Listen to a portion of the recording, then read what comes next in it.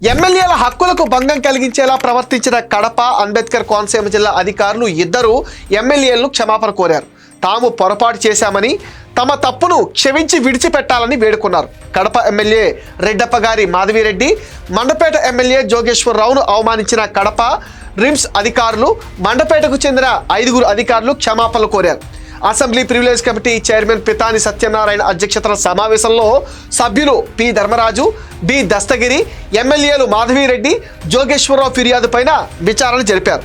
కడప రిమ్స్లో నూతన భవనం సముదాయం ప్రారంభోత్సవం సందర్భంగా ఏర్పాటు చేసిన శిలాఫలకంపై స్థానిక ఎమ్మెల్యేగా తన పేరు రాయలేదని మాధవిరెడ్డి ఫిర్యాదు చేశారు. దీంతో పొరపాటు జరిగింది, భవిష్యత్తులో ఇలాంటి తప్పులు జరగకుండా చూసుకుంటాం, క్షమించండి అని అప్పటి జిల్లా రెవెన్యూ అధికారి Gangadhar, RIMS superintendent doctor Sureshwar Reddy ఎమ్మెల్యేకు క్షమాపణలు చెప్పారు.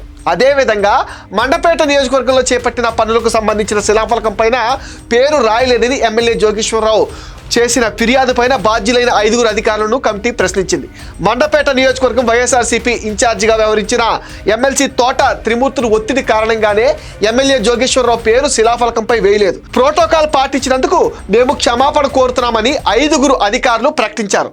పాత శిలాఫలకాలపైన జోగేశ్వరరావు పేరును జత చేసి వాటిని పునరుద్ధరించండి అని వారంలో నివేదిక ఇవ్వాలని కమిటీ వారిని ఆదేశించింది.